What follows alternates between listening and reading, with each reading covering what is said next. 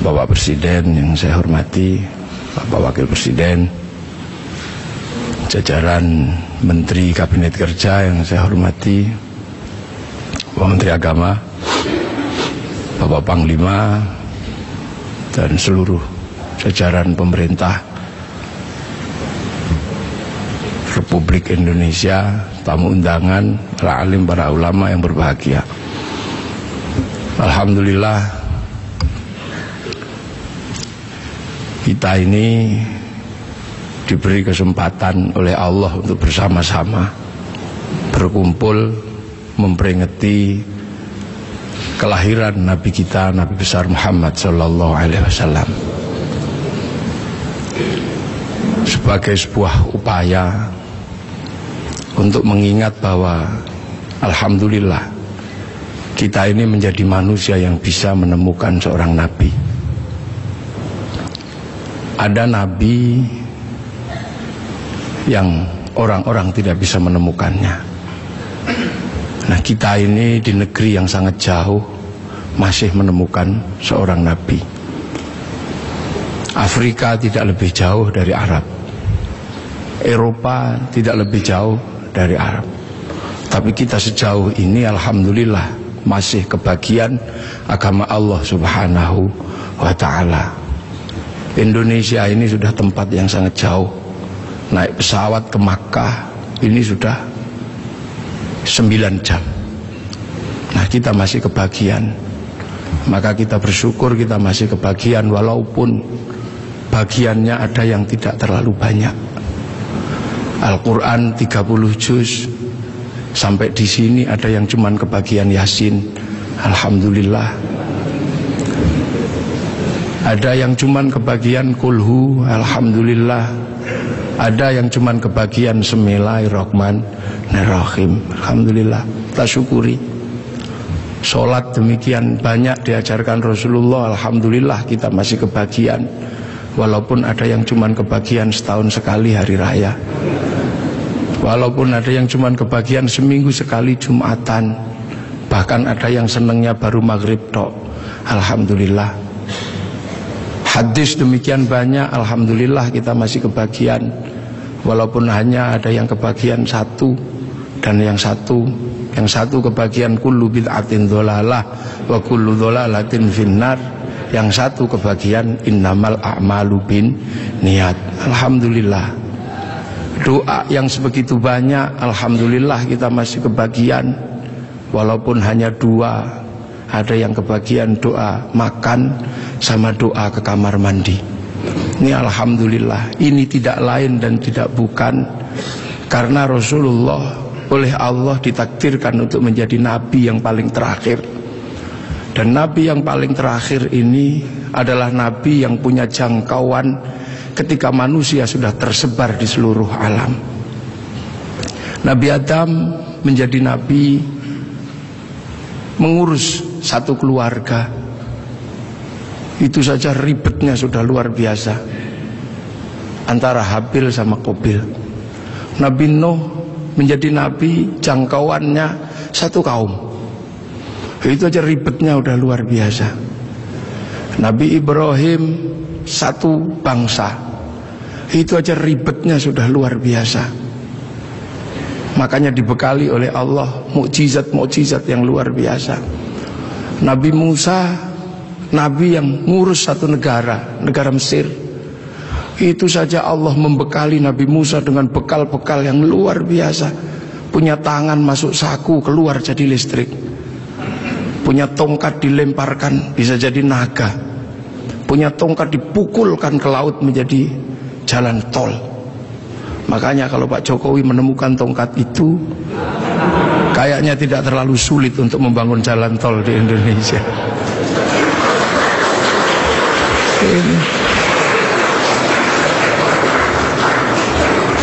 Nabi-nabi Allah diutus, ada Nabi Daud diutus mengurusi satu negara, tapi punya kemampuan yang luar biasa. Tangan masuk tanah, keluar menjadi logam, bisa dijadikan pedang, bisa juga dijadikan baju.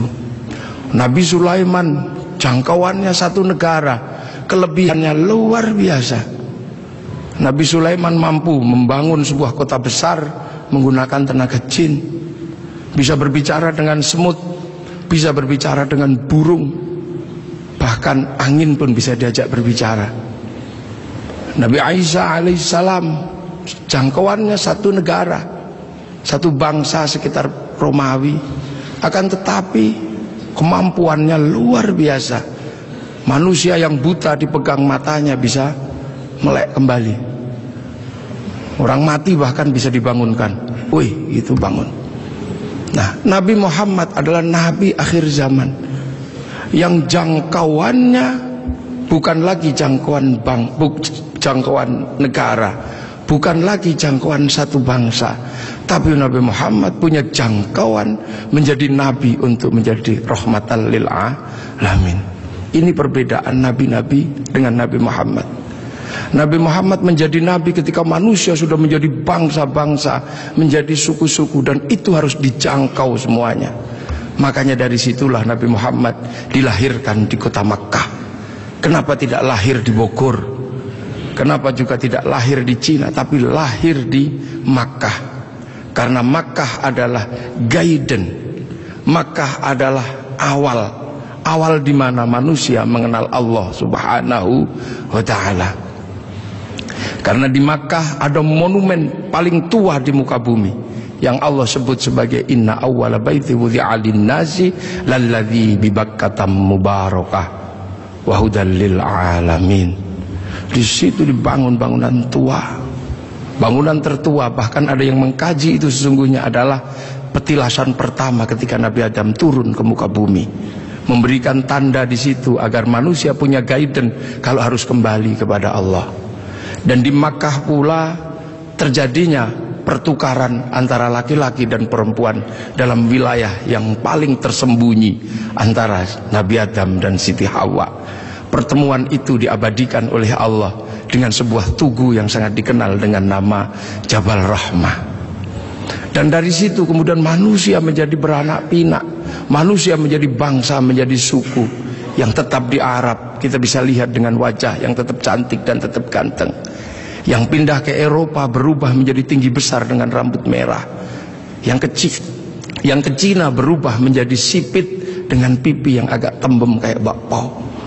Kemudian yang pindah ke Afrika berubah menjadi hitam gosong, yang bisa kita lihat hitam kulitnya. Nah, yang ke Indonesia berubah jadi seperti kita, kecil-kecil, pesek-pesek, nah, seperti inilah ini. Nah, ini semua akan dijangkau dalam konsep rahmatan lil alamin. Nah, manusia ketika berpindah-pindah, guidance itu hilang. Maka Allah kemudian mengutus seorang nabi untuk mencari guidance itu. Diutuslah Nabi Ibrahim alaihissalam untuk menemukan itu. Dan alhamdulillah Nabi Ibrahim ditemani oleh putranya namanya Ismail dan istrinya namanya Hajar, menemukan kembali situs di mana manusia harus kembali kepada Allah. Situs itu dibangun ulang sama Nabi Ibrahim dan berdoa, Rabbana inni askantu min dzurriyyati biwadin ghairi dzi zar'in 'inda baitikal muharram Rabbana liyuqimus sholata waj'al afidatan minan nasi tahwi ilaihim warzuqhum minas thamarati la'allahum yashkurun. Maka karena Nabi Ibrahim menemukan guidance itu, Nabi Ibrahim menjadi orang yang paling terkenal di muka bumi dengan nama yang berbeda-beda.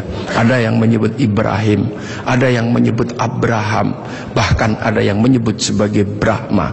Walaupun ini butuh penelitian yang sangat luar biasa mendalam. Kenapa? Karena Nabi Ibrahim ini punya simbol yang kemudian diduplikasi oleh seluruh manusia di muka bumi. Di India ada simbol yang mirip dengan simbol yang ditinggalkan oleh Nabi Ibrahim. Ini butuh kajian mendalam dan ini mesti saya sampaikan dalam sebuah forum kenegaraan seperti ini. Karena ini yang akan mengurai benang kusut antara manusia di muka bumi dengan lahirnya Rasulullah Muhammad sallallahu alaihi wasallam. Umat Islam mengenal Ka'bah, sebuah batu dengan tengah yang tidak ada isinya apa-apa, kosong. Di India ada bangunan yang sama, batu dengan isi yang tidak ada isinya di tengah, namanya stupa. Di Islam ada namanya Jabal Rahmah, sebuah tugu batu. Kemudian di India dikenal ada yang namanya Lingayoni. Ada air yang namanya Zam-Zam. Kemudian ada air yang bernama Gangga Yamuna. Ada perjalanan suci dengan kain selempang. Di sini ada berwarna putih, di sana ada berwarna kuning. Selesai perjalanan suci, ada urusan yang sama terkait dengan urusan rambut.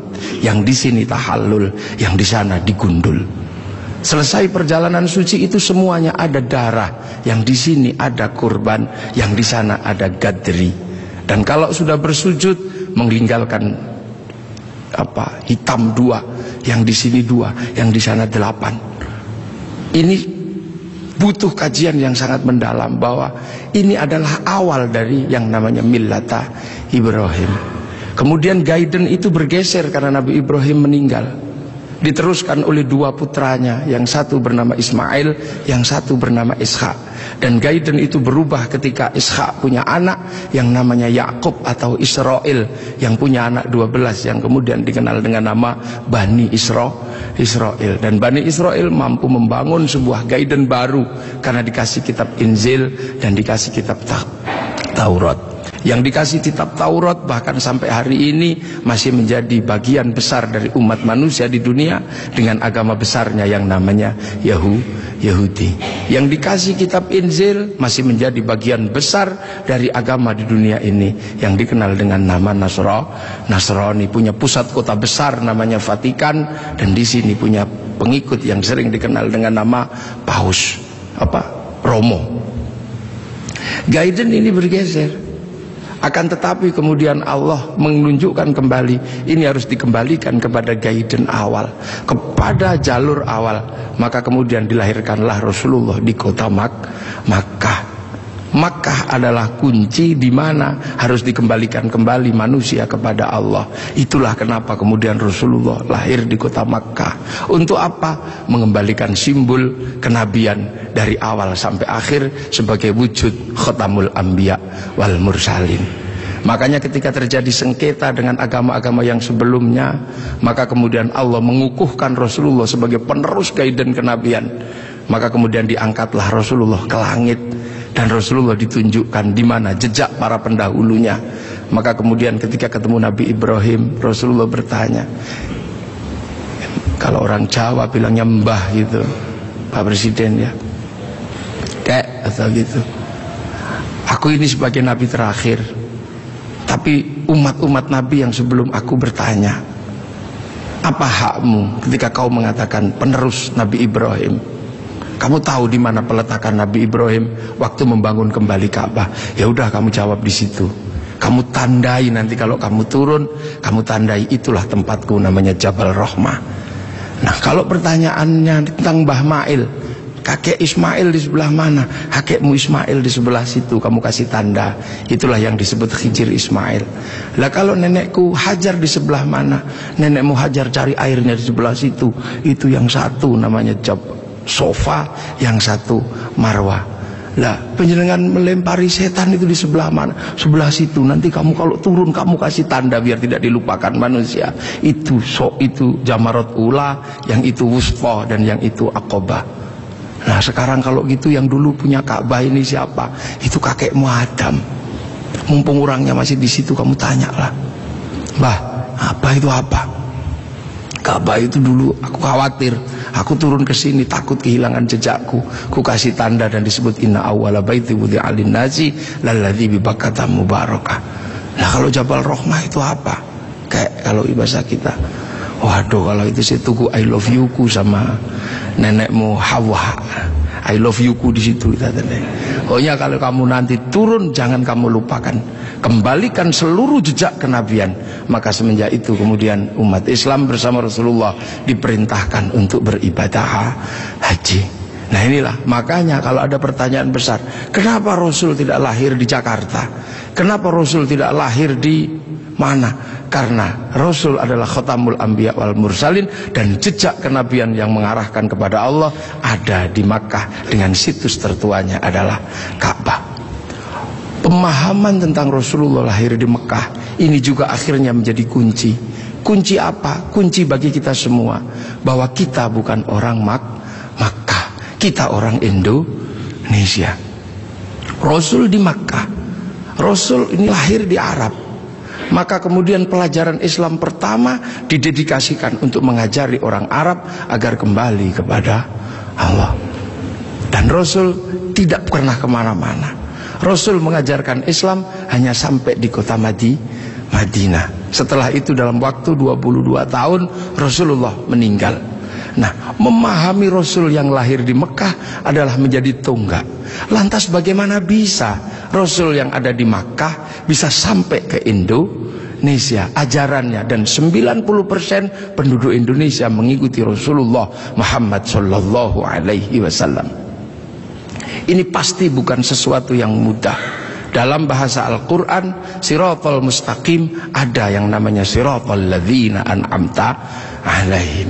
Dan inilah yang membuat kemudian kita dengan peringatan Maulid akan ada sesuatu yang bisa sangat menjadi refleksi dasar antara Makkah sama Madinah, antara punya sejarah yang sangat panjang, dan itu bukan datang dengan tiba-tiba. Rasulullah di sana mengajarkan orang-orang sana dengan gaya di sana. Rasulullah sangat terkenal ketika mengajarkan Islam. Rasul bukanlah orang yang keras, Rasul juga bukan orang yang membabi buta. Rasul dijelaskan, anitum harisun alaikum bil mu'minina raufur rahim. Rasul begitu berharap bagaimana umat ini kembali kepada Allah. Maka Rasul punya sistem pembelajaran kepada umatnya dengan cara yang berbeda-beda, dengan cara yang sederhana. Ada yang pinter kelasnya Sayyidina Ali, diajarkan dengan cara standar orang pinter. Ya Ali, kamu sholat. Ali, iya ya Rasul. Yang khusyuk, ya. Nanti kalau kamu khusyuk, kamu akan saya kasih serbanku yang hijau atau yang merah, terserah kamu pilih yang mana.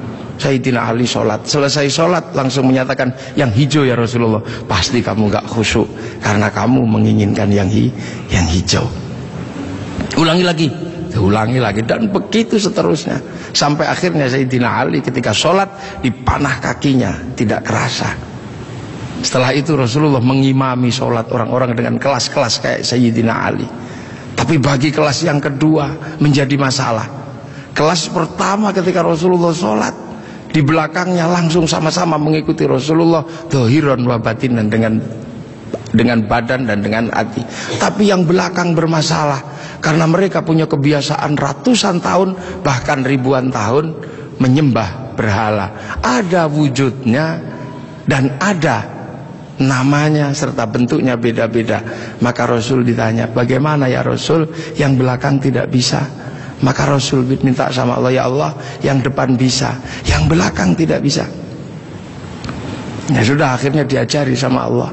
Allah cukup mengajarkan, u'budullaha ka'annaka tarahu fa illam takun tarahu fa innahu yaraka. Beribadahlah engkau kepada Allah seolah-olah engkau lihat Allah. Tapi kalau kau nggak lihat Allah, yakin Allah lihat engkau. Maka kemudian para sahabat yang di belakang, yang tidak sekelas Sayyidina Ali, ketika sholat cuma Allahu Akbar, matanya tidak boleh terpejam.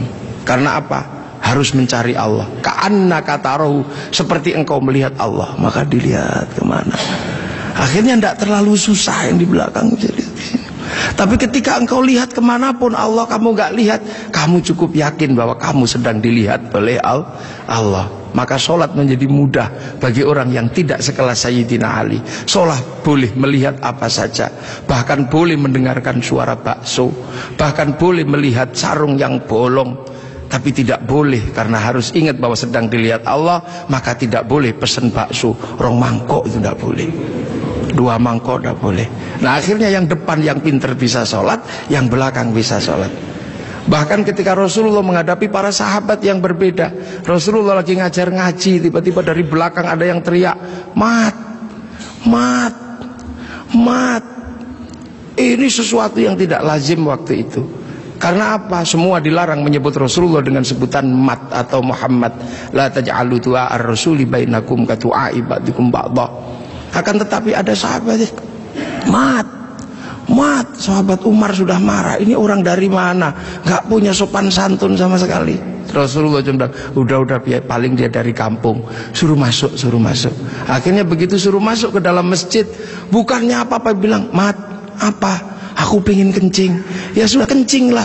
Disuruh cari toilet, ternyata nggak cari toilet, malah kencing di dalam masjid. Sayyidina Umar sudah nggak tahan melihat kelakuan seperti ini, maka kemudian tariklah pedang Sayyidina Umar, mau dipenggal ini kepalanya. Rasulullah cuma mengatakan, Umar jangan, begini-begini juga umatku, ini datang dari kampung yang sangat jauh.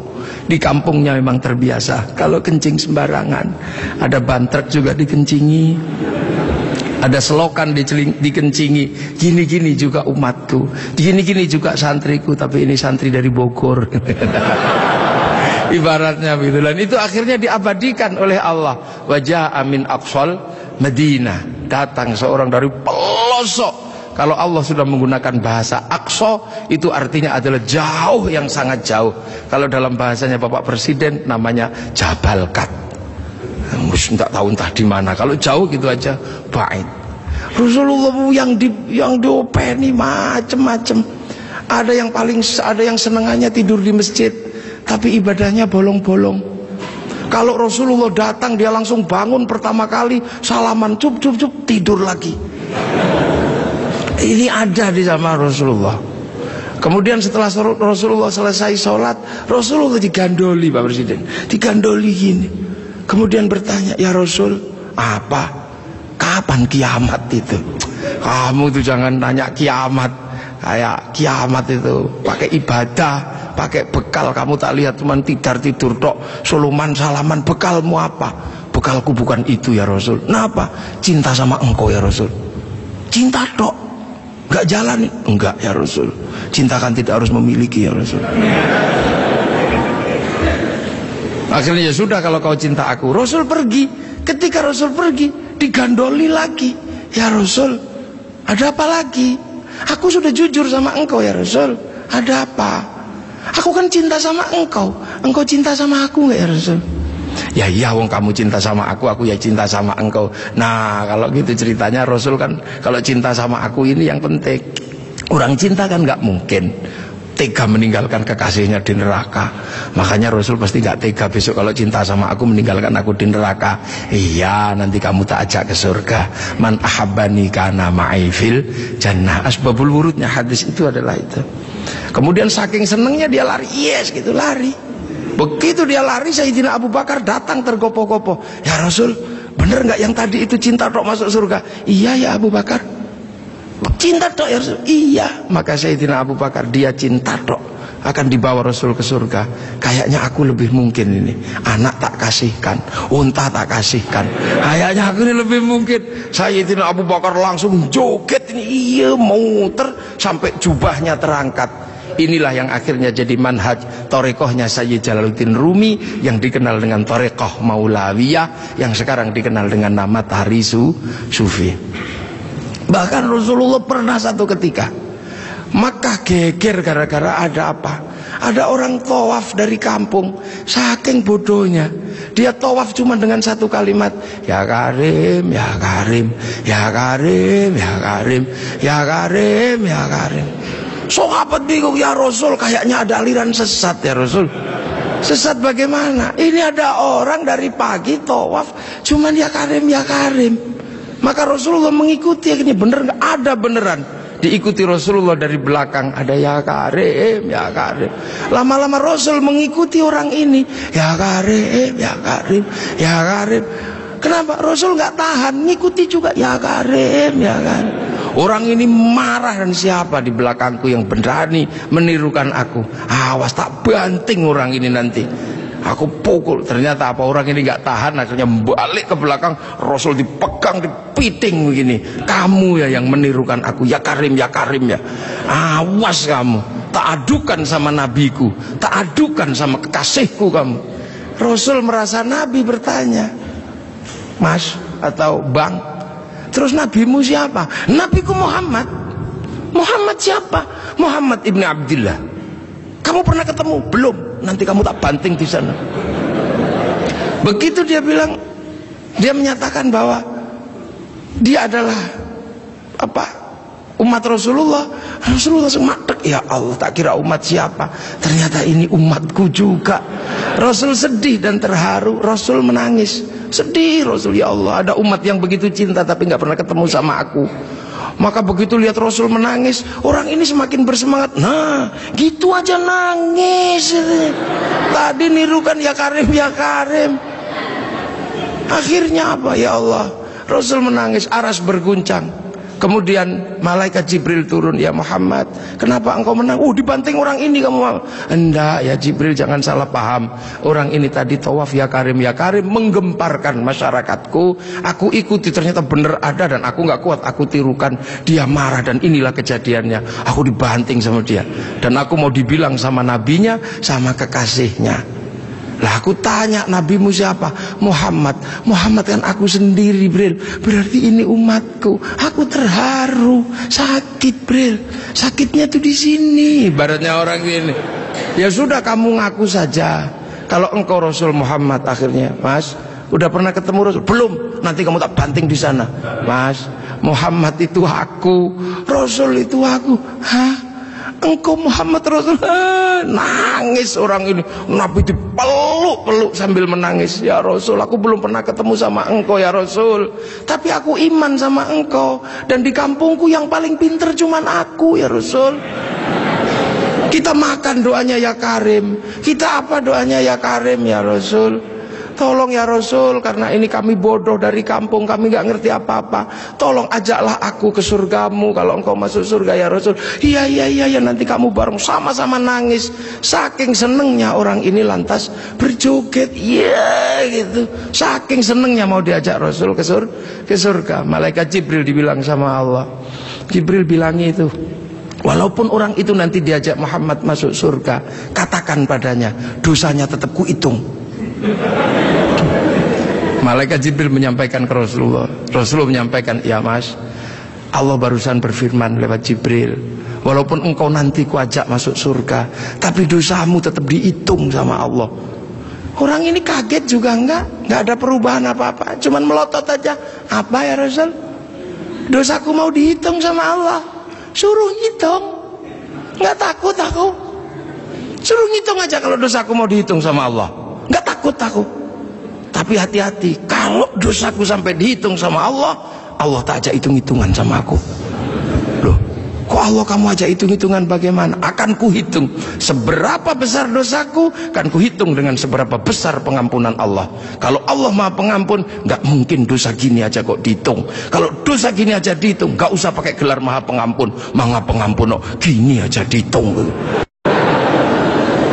Di zaman Rasul ini potret Rasulullah. Maka Rasulullah mampu menjadi rahmat bagi semuanya, sehingga kemudian pelajaran Rasulullah yang tidak masuk akal waktu itu bisa diterima oleh sebuah kalangan yang sangat jauh dari peradaban. Maka kemudian Islam yang sulit diterima oleh orang di Arab waktu itu bisa diterima. Sulit bagi orang Arab menerima Islam. Orang Arab Tuhan ada patungnya, Islam mengajarkan Tuhan tidak ada patungnya. Di sana diajarkan banyak Tuhan, ini diajarkan Tuhan satu. Di sana tidak ada air, Islam mengajarkan toharoh pakai air. Susah, diminum aja susah, pakai disuruh mandi. Padahal di sana orang mandi berbeda dengan kita. Kita jinabatnya sebulan sekali, sana bisa semalam 8 kali. Susah air disuruh pakai toharoh pakai air. Sudah panas disuruh puasa, makanan susah disuruh zakat. Sudah gitu tawafilah yang paling sulit bagi orang Arab waktu itu. Orang Arab waktu itu sangat susah karena melihat perempuan itu begitu sesuatu yang sangat luar biasa. Lihat kaki sudah syahwat. Tapi waktu itu Islam mengajarkan bagaimana ketika tawaf muka dibuka. Betapa syahwatnya sangat tinggi ketika muka dibuka.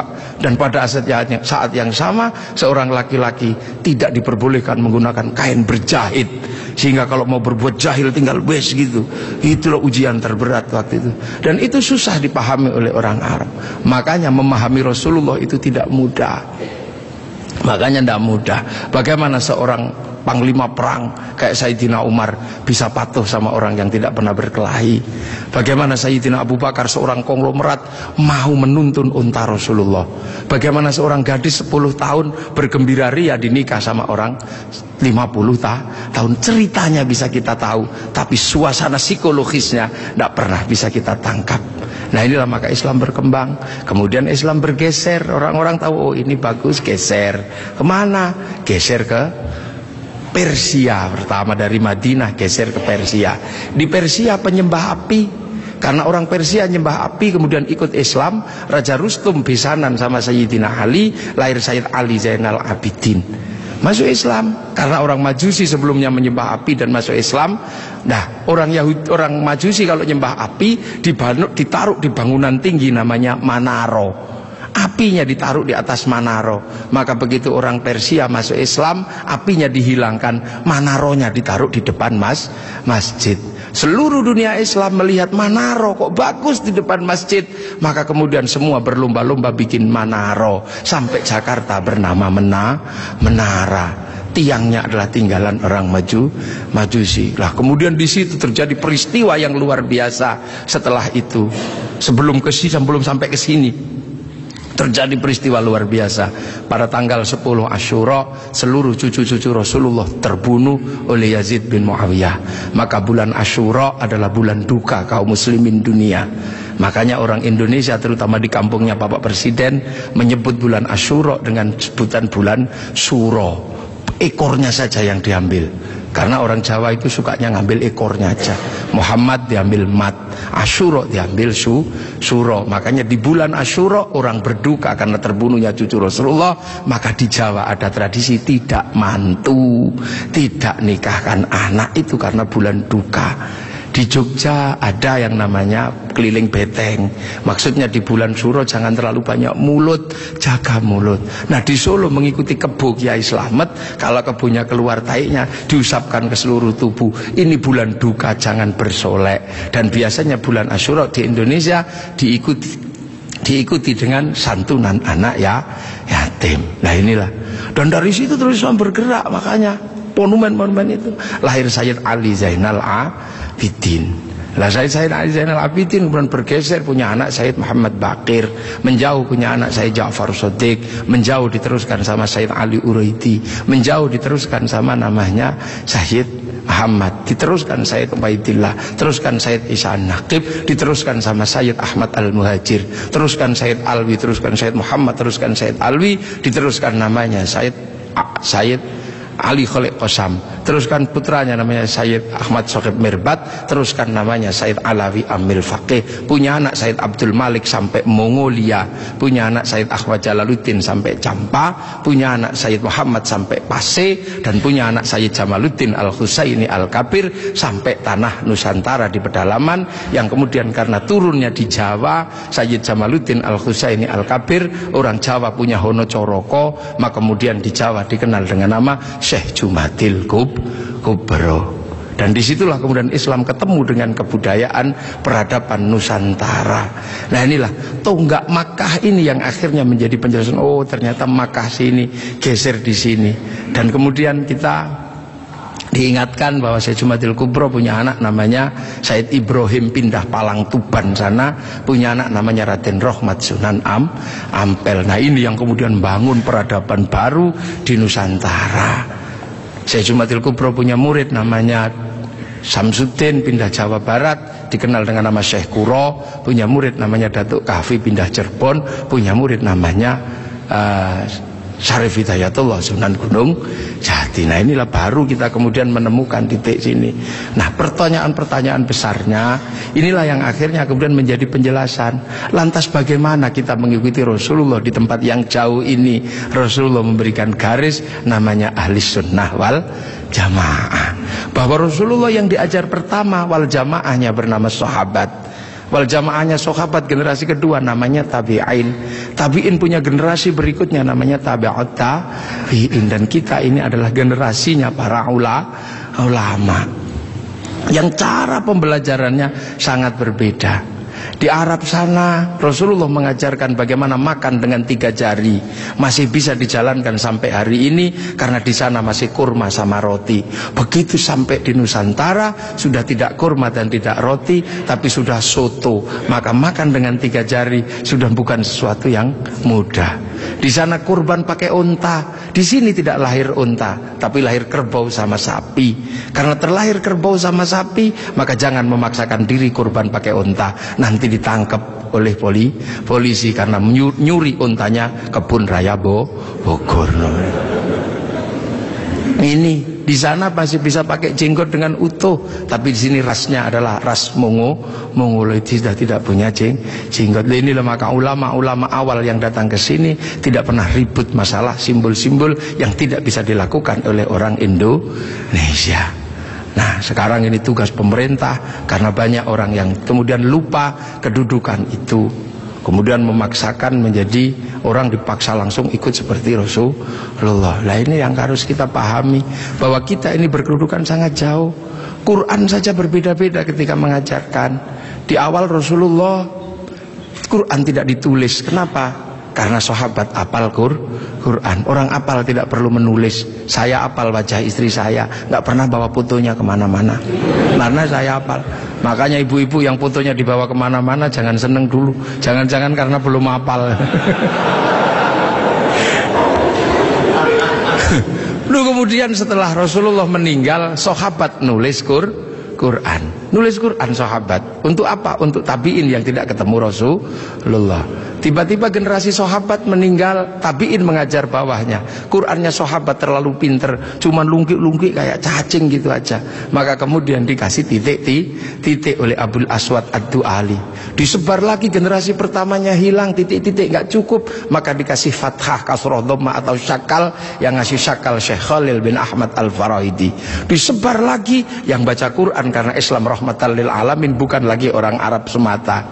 Orang Andalusia baca Quran wadduha, keliru menjadi wadduhe. Ini. Nah, orang Turki mustaqim, mustaqin. Masuk ke Indonesia dibaca oleh orang Padang lakanud, keluarnya lakanui. Karena orang Padang kalau bilang Muhammad, Mahamme. Orang Sunda ketika baca alladzina, sebagian besar keluarnya alladzina. Begitu masuk ke Jawa, ketemu dengan huruf hono coroko. Alhamdu karena punyanya ko, gak punya huruf ha, maka alhamdu menjadi alkamdu, al-fatihah menjadi al-fatihah. Ini itu.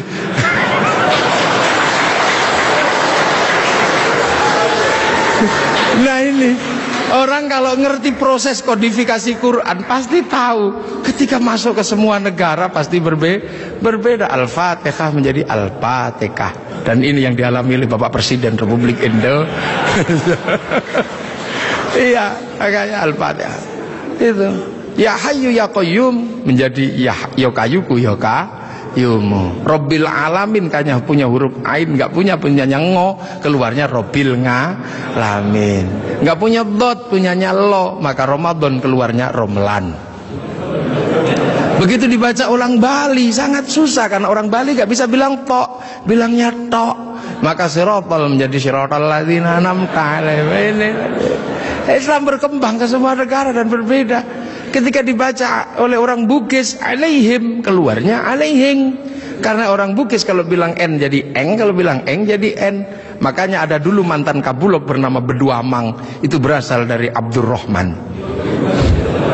Nah, itulah makanya kemudian Islam bergerak.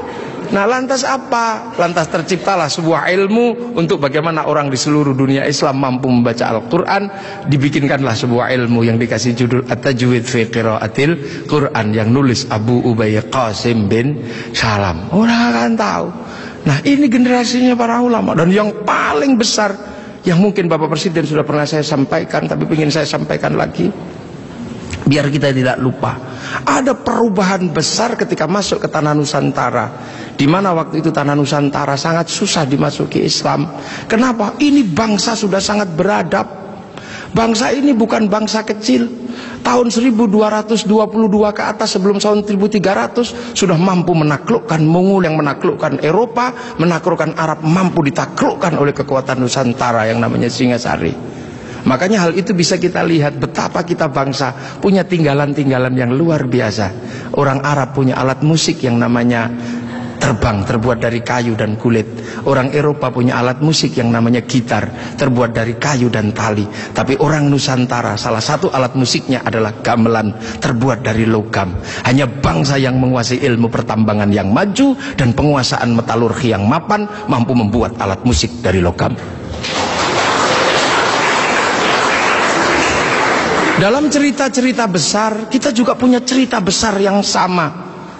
Orang Eropa punya cerita tentang Cinderella, kita punya cerita bawang putih, bawang merah. Orang Eropa punya Samson, orang Arab punya Sam'on, kita punya Bandung Bondowoso, kita punya Sangkuriang, kita punya si pahit lidah.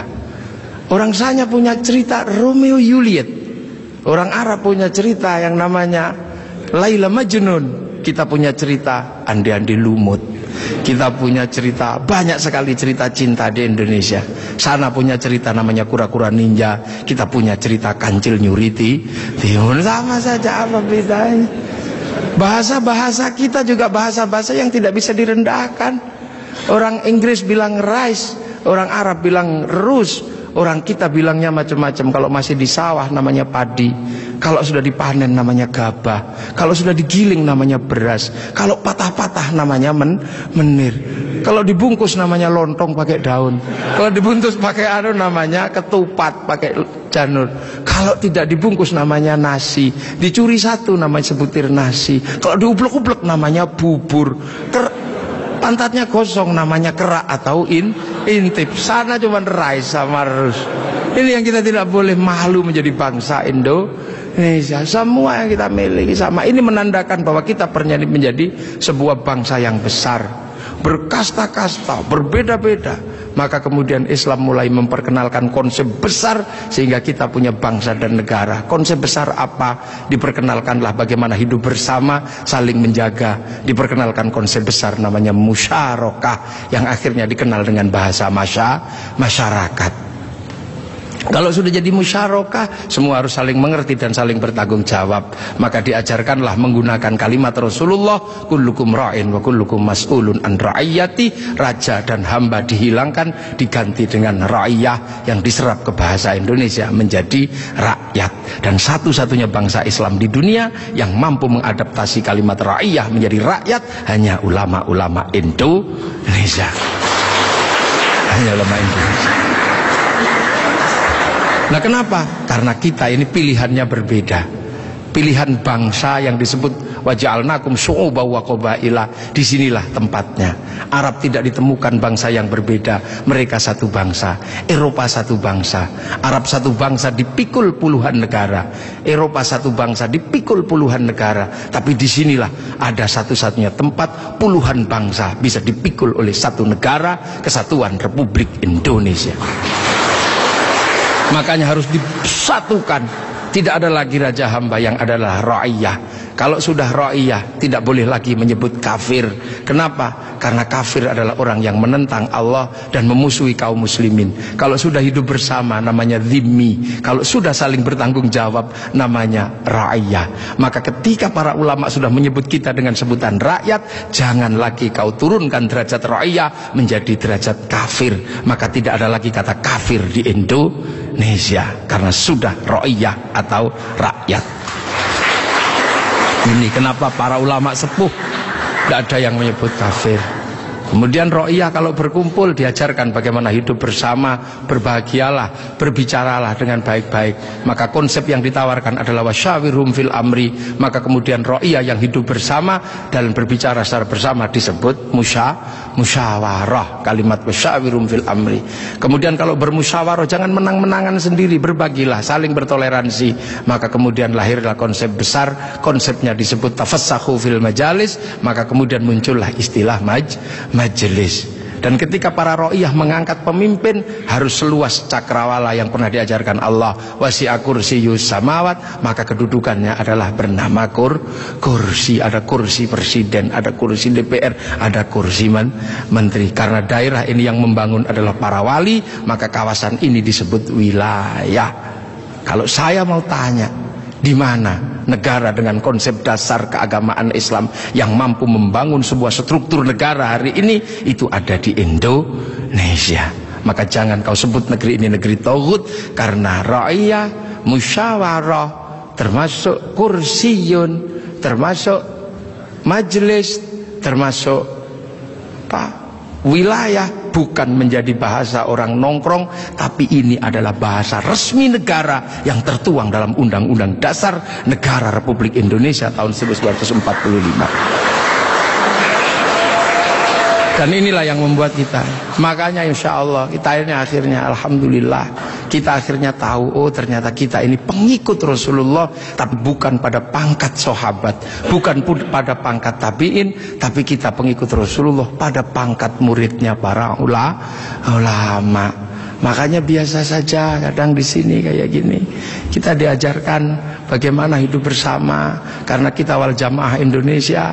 Makanya Bapak Presiden waktu kecil pasti dengar orang di Jawa sana kalau sholat zuhur mestinya 11:30, Pak Pratik ya, itu bisa mundur sampai 1:30. Kenapa? Karena jamaahnya masih ada di sawah. Terus Allah Akbar, Allah Akbar, sambil nunggu. Lantas pujian Robana datang, ada Tombowati karena capek nunggu ya pegel, sampai ada diuruki anjang. Loh, itu cara di sini. Terus sholat. Nah, sholat di sini Allahu Akbar. Karena sinyalnya jauh, kita ini pemancar lokal. Biasa sinyalnya suka hilang kan. Allah, ada bakso gitu, ding ding, sinyalnya hilang. Bakso gitu. Nah, inilah Indonesia. Makanya karena sinyal yang hilang, habis itu para ulama mengajarkan kalau kepalamu bocor seperti itu, nggak inget Allah, inget apa, udahlah kalau habis sholat ditambal. Maka habis sholat ada zikir la ilaha illallah, la ilaha illallah. Nah, sekarang ada yang protes, kenapa berzikir pakai gini-gini? Bukankah sahabat kalau zikir terdiam? Sahabat murid Rasulullah, terlalu dekat dengan Rasulullah, batinnya wusul kepada Allah sampai ke sana. Kalau wal jamaahnya ulama disuruh diam begini, tidur. Nah, puasa juga sama. Orang Indonesia kalau puasa nggak terlalu khusyuk karena keluar rumah ada belimbing, ada jambu. Kalau di Arab keluar rumah ketemunya padang pasir, lebih khusyuk. Maka di sini lebih sering disuruh tidur gitu. Dalilnya apa? Naumuso imin ibadatur. Nah, kalau malam pakai doktek. Setelah itu halal halal. Haji juga sama, nggak bisa langsung ke sana Pak Presiden. Antrinya 25 tahun. Makanya orang sini capek nunggu.